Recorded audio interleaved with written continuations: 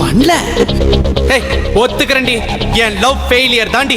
Love failure ஆன எல்லா ஆம்பளையும் என்ன சொல்லுவான், இந்த லவ்வே இப்படித்தான், இந்த பொண்ணுங்களே இப்படித்தான் அப்படின்னு குறை சொல்லுவான். ஆனா நான் சொல்ல மாட்டேன். ஏன்னா நான் லவ் பண்ணதுல தப்பு பண்ணல, யார லவ் பண்றேங்கிறதுல தான் தப்பு பண்ணிட்டேன். நான் ஒரு பொண்ணை லவ் பண்ணிருக்கணும், ஆனா நான் ஒன்ன லவ் பண்ணிட்டேன்.